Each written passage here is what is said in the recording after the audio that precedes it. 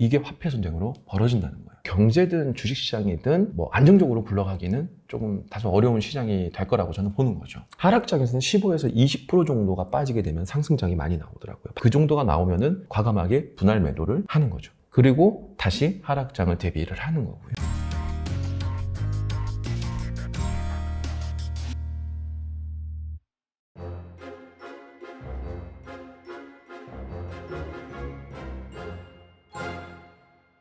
그리고 그 영상에서 보니까 러시아와 중국이 새로운 전쟁을 만들고 있다. 뭔가 네. 새로운 리스크가 부각되는 듯한 그런 뉘앙스가 풍겨지는데 네. 이건 뭔가요?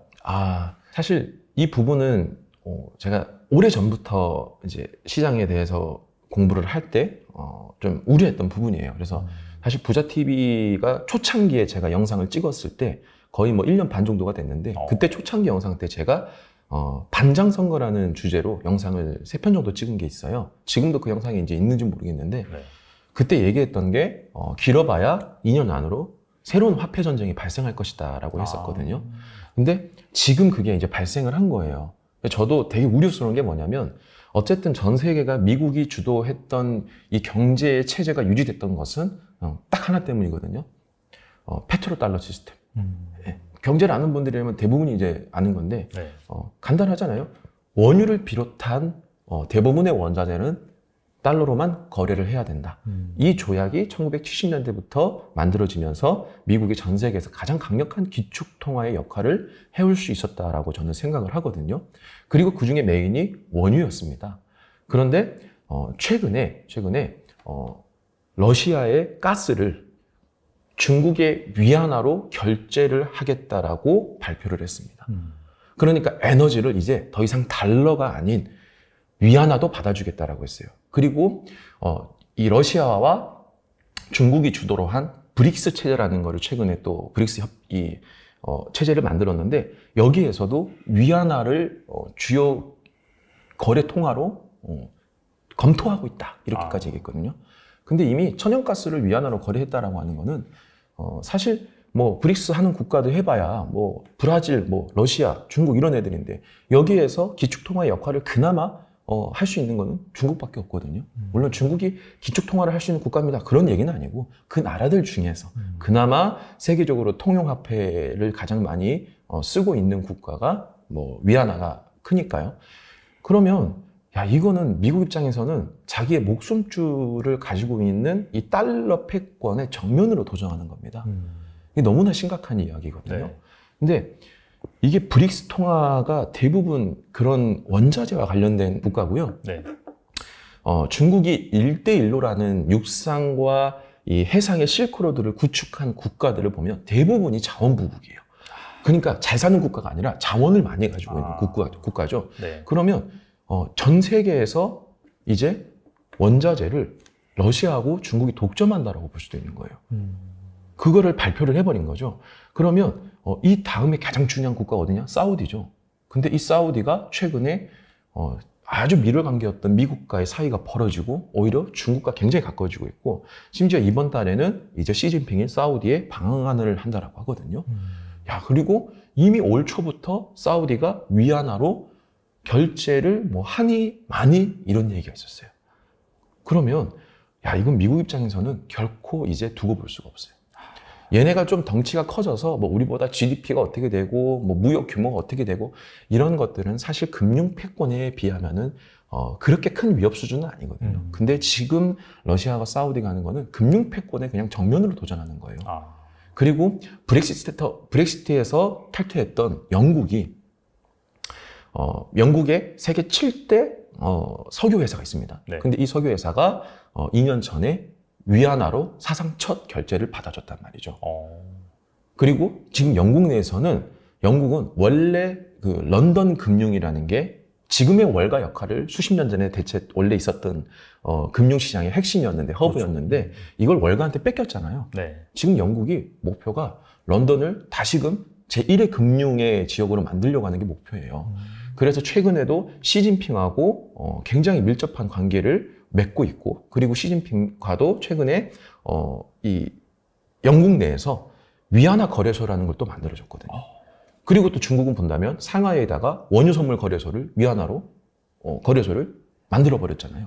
그러니까 완전히 미국한테 정면으로 도전하는 이 국가들이 뭉쳤는데 유럽에서 핵심이라고 할 수 있는 영국도 지금 중국하고 라인이 굉장히 밀접하게 붙었다라는 거죠. 그건 몰랐네요, 사실. 예, 정치라는 게 물론 이 국가는 당연히 우리나라도 마찬가지잖아요. 어떤 국가든 간에 너무 노골적으로 한 개 국가한테 붙을 수는 없어요. 이 국가와 이 국가 사이에서 이득을 취하는 게 외교잖아요. 그러니까 뭐 영국이 중국한테 완전 붙었다 이렇게 얘기할 수는 없겠지만 지금 중국의 위치가 우리가 생각하는 것처럼 미국과 1대1로 붙어가지고 미중 무역 전쟁에 2018년도에 1차적으로는 중국이 완전히 깨졌는데 지금은 이 중국이 이제 1대1로 싸우는 게 아니라 연합을 해서 미국한테 대항하려 하고 있다는 거죠. 근데 이게 화폐 전쟁으로 벌어진다는 거예요. 이렇게까지 큰 국가들이 싸우게 되면 이 충격의 여파가 만만치 않을 것 같다. 그런 생각이 이제 드는 거죠. 싸우게 된다라고 한다면 뭐 최근에 계속해서 나오고 있는 뭐 미국 같은 경우 인플레 감축 법안 이런 것들을 하면서 뭐 자국 제조업을 보호한다든지 약간 그런 것들이 어떻게 보면 더 격해진다. 그런 것 때문에 금융시장의 혼란을 야기한다. 특히 신흥국 같은 경우에 그렇게 이해하면 되는 거예요. 그렇게 볼 수가 있겠죠. 그러니까 어떻게 본다면 우리나라는 선택의 기로에 쓴 거죠. 우리나라가 안미경중이라는 말이 많았거든요. 그러니까 안보는 미국, 경제는 중국. 근데 이게 이제 옛말이 돼버린 거죠. 왜냐하면 현 정부가 나와서 제일 가장 어떤 정부의 첫 번째 정책이 탈중국이거든요. 중국의 의존도를 낮추고 위안화의 동조율을 낮추고 그리고 그것을 미국으로 돌리는 거거든요. 그러니까 우리나라 입장에서는 이제 어떤 선택의 기로에서 완전히 미국에 붙었다고 보면 될 것 같아요. 그래서 그동안의 중국 주도의 수출을 북미로 돌리려고 이제 하는 거고요. 그러니까 이 선택이 나중에 어떤 결과를 만들지는 모르겠지만 한마디로 세계적으로 수십 년간 유지해오던 이 어떤 그 질서가 무너지고 새로운 질서를 만들려고 하는 시기에 지금 들어섰다라고 저는 보는 거죠. 그럼 당연히 이런 시기는 혼란의 시기가 될 수밖에 없고 혼란의 시기 때는 뭐 경제든 주식시장이든 뭐 안정적으로 굴러가기는 조금 다소 어려운 시장이 될 거라고 저는 보는 거죠. 변동성이 상당히 심해질 수밖에 없다. 그렇죠. 네. 알겠습니다. 그리고 또 이런 영상을 또 찍으셨더라고요. 수십 년 만에 부자 될 기회. 여기저기에서 뭐 유튜브 썸네일로 뭐 저희도 사실 쓰긴 하는데 나오고 있는데 이걸 지금 당장으로 오해하면 안 된다라고 말씀하셨는데 여기에 대해서 좀 설명해 주세요. 이게 참 어려운 부분인 게 뭐냐면 주식시장이라는 게 누구 말만 맞다는 없잖아요. 그러니까 저는 분명히 시장의 하락을 계속적으로 주장을 해왔는데 분명히 이런 장에서도 높게 상승하는 종목들과 섹터군은 분명히 있단 말이거든요. 그렇죠. 근데 이렇게 되면 네가 백날 하락을 외쳐도 나는 수익 받는데 이렇게 생각하는 분들도 분명히 있을 거란 말이에요. 근데 그런 것들이 이제 많아지고 특히나 이렇게 전체적으로 하락하다 보면은 특정 어떤 종목들이 상승하게 되면 당연히 갈 곳 없는 돈들이 그쪽으로 쏠리기 때문에 얘네의 상승이 더 평소보다도 높게 나오게 돼요. 그럼 사람들은 거기에 더 몰릴 수밖에 없고요. 수십 년 만에 부자 될 기회가 왔습니다 라고 하는 거는 우리가 부자 될 기회라고 하는 거는 되게 간단하거든요. 쌀 때 사는 게 부자 될 기회예요. 그렇죠. 그러려면 두 가지가 전제가 돼야 돼요. 첫 번째는 현금이 확보가 돼야 되고요.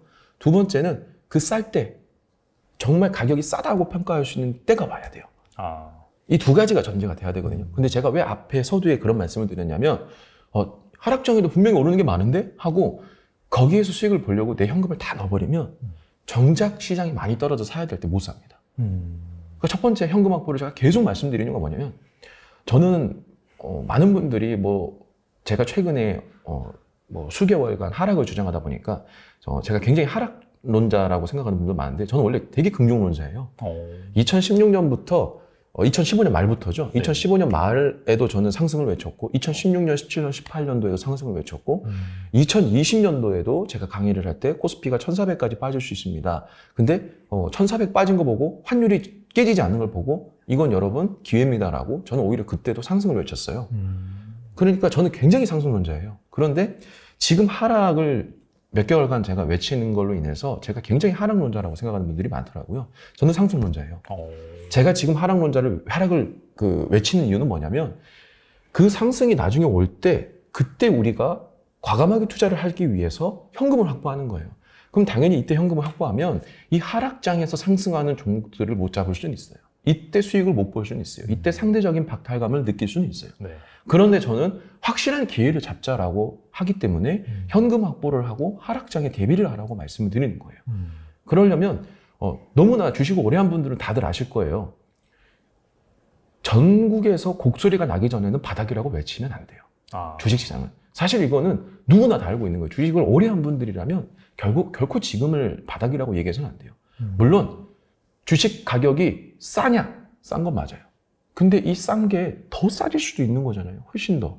그러니까 지금 전 세계적으로 발생하는 일들을 봤을 때 그리고 또 한국의 지금 코스피라는 게 코로나 발생한 게 전 수준보다도 높거든요.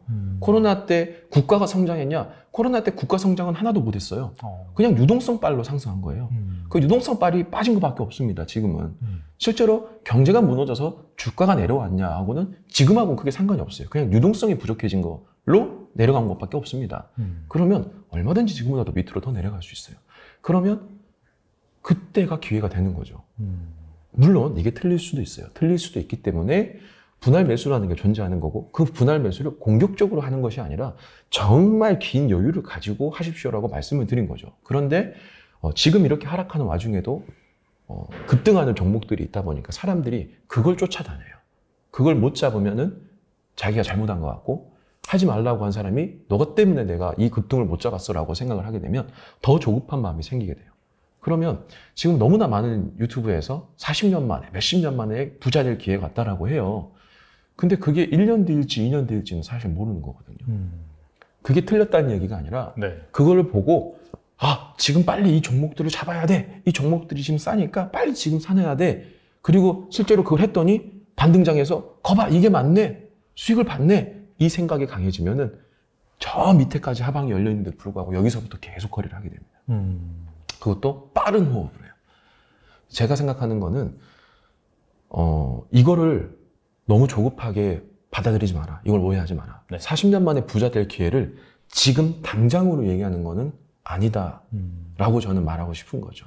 그게 틀린 얘기가 아니라 그건 맞는데 그 40년 만에 부자 될 기회가 막말로 5년이 더 유지가 돼서 45년 만에 부자 될 기회가 될지 누가 알겠네요. 그런 거 그렇죠. 네. 그럼 지금 40년 만에 부자 될 기회라고 생각해 들어갔던 분은 5년 동안 더 힘든 고난의 길을 가야 될 수도 있는 거죠.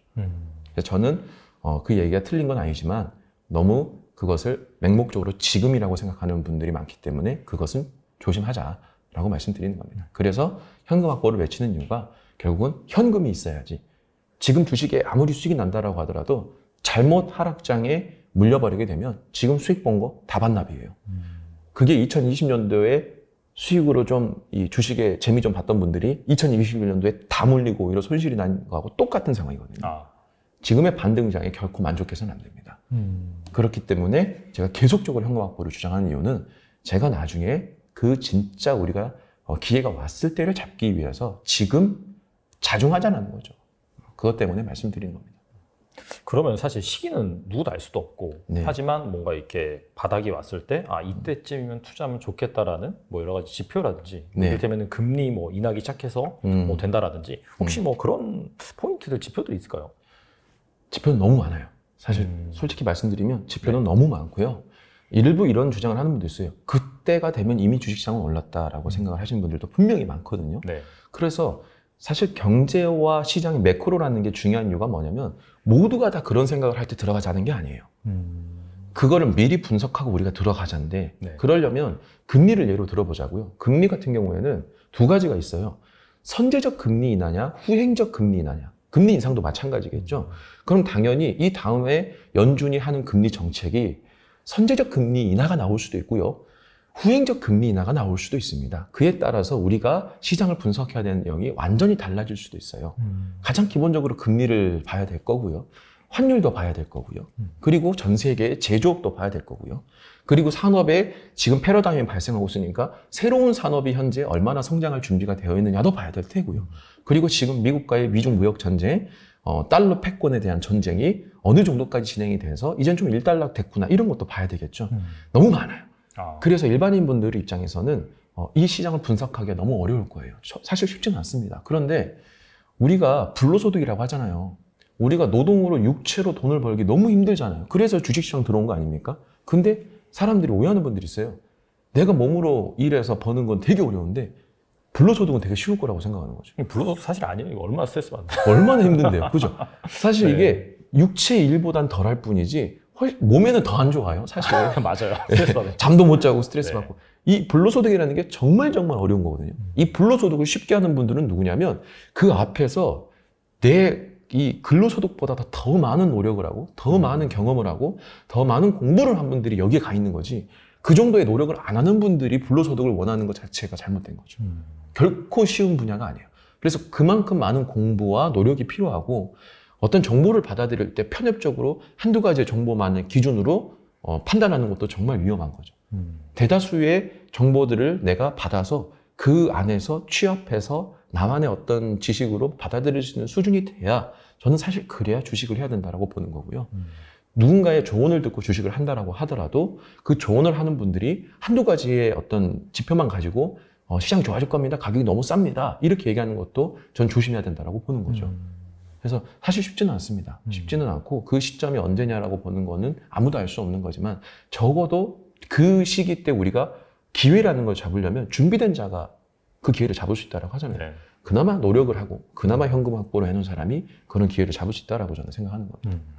알겠습니다. 그렇다면은 뭐 이런 상황에서도 앞서서 살짝 말씀해 주셨는데, 이 현금 확보를 한다는 것 자체가 네. 나중에 이제 기회가 왔을 때 이제 분할 네. 매수를 잘 하기 위해서, 분할 매수를 하는 이유는 바닥은 언제인지 사실상 알 수 없으니까. 네네. 그래서 약간 그 분할 매수하는 팁 같은 거를 말씀해 주시면 좋을 것 같아요. 네, 이거 뭐 사실 팁이라고 하기 좀 그렇고, 제가 이제 예전에 많이 해왔던 방법인데요. 네.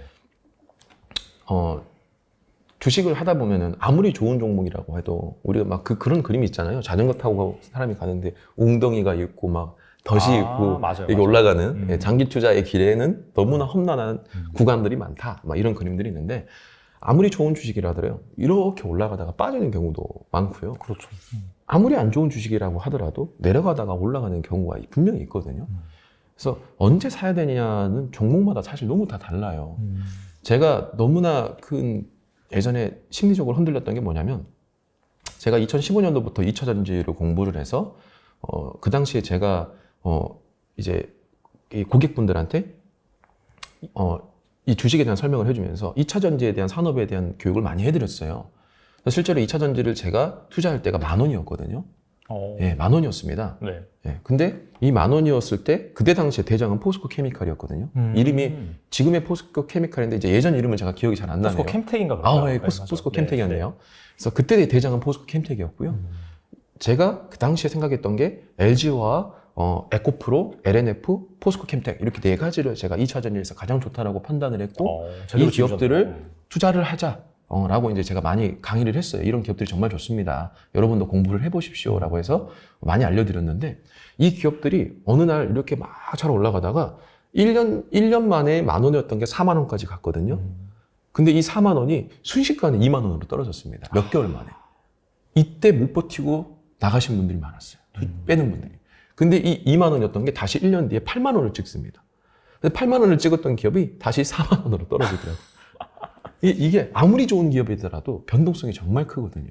그래서 제가 생각했던 게, 올라가는 보통 우상향하는 기업들은 이렇게 큰 조정이 분명히 있을 수는 있겠지만 그 안에서도 되게 많은 변동폭이 발생해요. 그게 보통 상승하는 종목들은 종목마다 차이가 있는데 5에서 10% 정도가 조정이 많이 오더라고요. 우리가 뭐 피터 린치 얘기를 많이 하는데, 주식이라는 게 요만큼의 상승이 나오면요, 상승하는 장이나 상승 종목은 이만큼이 오르게 되면 보통 빠지게 되더라도 요 상승분의 절반 정도 이하로는 잘 안 빠집니다. 네, 물론 그렇게 큰 폭의 조정이 올 때가 있긴 하지만 네. 그걸 제외하고는 보통은 이렇게 오르면 요 절반 정도까지가 빠지고요, 여기서 다시 상승을 합니다. 그리고 다시 상승한 데서 절반 정도가 빠지죠. 그래서 이 정도의 계산을 했을 때 상승하는 종목은 보통 5에서 10% 정도가 빠지고요. 하락하는 종목이 이렇게 있을 때요, 이렇게 하락할 때 이 정도의 하락을 했다라고 하면 상승장이면 전 하락보다도 훨씬 위로 올라갑니다. 그런데 이 정도 하락하다가 보통 반등장이라고 하는 게 이 상승장의 절반 정도 선에서 보통 다시 떨어져요. 그래서 이렇게 갔다가 다시 내려가고, 여기에서 상승하더라도 여기 정도에 내려갑니다. 보통 이게 일반적인 패턴이거든요. 그런 걸 감안했을 때 우리가 평균적으로 거래를 한다라고 하면 하락장에서는 15에서 20% 정도가 빠지게 되면 상승장이 많이 나오더라고요. 반등장이. 그리고 상승장에서는 5에서 10% 정도가 하락하게 되면 네. 상승하는 경우가 굉장히 많습니다. 평균적으로 말씀을 드리는 거예요. 네네. 그렇지 않은 경우도 있던데 물론 당연히 있죠. 예. 주식시장이 뭐 수학처럼만 움직이는 것도 아니고 그렇죠. 그냥 전반적으로 예. 하다. 전반적으로 제가 해봤을 때 그런 경우가 가장 안정적으로 내 자수의 평단가를 낮추기에는 좋았던 방법이었다라고 이제 하는 거죠. 그래서 내가 정말 좋은 기업이라고 생각하고 지금부터 내가 향후에 크게 보고 기업을 투자할 거다라고 한다면 그 기업이 어떤 상황이든 저는 15에서 20% 정도 빠졌을 때 분할 매수를 해라. 그런 말씀을 이제 드리는 거죠. 지금 같은 경우에서는. 저는 가장 일반적으로 사람들이 언제 사야 될지 모르고 언제 팔아야 될지 모르는 분들이 대부분이거든요. 맞아요. 예. 네. 사실 매도가 예술이라고 하잖아요. 맞아요. 예. 그러니까 매수가 잘 돼야 매도도 쉽게 하는 거지 매수가 어려운데 매도를 쉽게 할 수는 없어요. 매수를 가장 기본적으로 해야 되는 거는 그런 부분이 있다라고 저는 생각합니다. 종목마다 다를 수 있을지언정 네. 이거를 약간 좀 탈출 시점, 탈출 네네. 관점에서 살펴본다라고 한다면 마찬가지로 뭐 하락장 같은 경우에는 네네. 뭐 한 15% 정도 빠지면은 네. 또 반등이 약간 되돌림 현상이 네. 뭐 평균적으로 지수 관점에서 생각을 해보면 한 절반 정도 나올 수 있기 때문에 네네. 약간 그런 관점에서 뭔가 현금 확보를 한다든지 네. 뭐 그런 식으로 활용을 해도 되겠네요. 네, 그래서 제가 2700에서 2200 후반, 그러니까 뭐 쉽게 표현하기 위해서 2300 정도까지 빠졌단 말이에요. 그러면 400포인트가 빠졌습니다. 맞아요. 네. 그럼 2300에서 절반 정도가 오른다라고 하면 그게 2500입니다. 그러니까 물론 여러 가지를 감안해야 되겠지만 이렇게만 이거 하나만 보고 투자할 수는 없지만 전반적인 상황에서 상승하기가 어렵네. 그러면 하락 랠리에서 반등이 나온다라고 하면 이게 상승장으로 가려면 전 하락분보다도 훨씬 위로 올라가야 되는데 그게 나오긴 어려운 상황이면 저는 하락에서 절반 정도까지 상승한다고 봤을 때 그 선이 2,500선이라고 저는 이제 생각했던 거죠. 그러면 주식도 그런 어느 정도의 기준을 만들어서 그 정도가 나오면은 과감하게 분할 매도를 하는 거죠. 그리고 다시 하락장을 대비를 하는 거고요. 이게 뭐 공식입니다. 이게 정답입니다. 이런 얘기를 말씀드리는 게 아니라 네.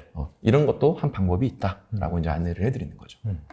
알겠습니다. 아무쪼록 이게 뭐 쉽지 않은 거긴 한데 지금 뭐 크게 물려 계신 분들 같은 경우에는 이 되돌림 현상이 또 중간중간에 나오거든요. 네네. 완전히 그냥 코로나 같은 그런 폭락장이 아닌 이상 나오긴 나오니까 그런 부분을 활용해서 약간 좀 리스크 관리 차원에서 현금을 네. 확보를 하시던지 아니면 약간 좋은 주식을 길게 사 모아간다는 관점에서 방금 네. 말씀하신 또 그렇게 분할 매수를 하시면 좋을 것 같습니다. 네.